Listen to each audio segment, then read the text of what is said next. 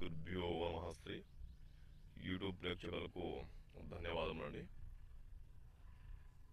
Photo వశీకరణ స్త్రీ కానీ పురుష కానీ ఎవరైనా సరే మన చెప్పు చేతిలో ఎవరైతే ఉంచుకోవాలి అనుకుంటున్నామో, మనం వశపరుచుకోవాలి అని అనుకుంటున్నామో వాళ్ళకి ఈ ఫోటో వశీకరణ ఖచ్చితంగా జరుగుతుందండి.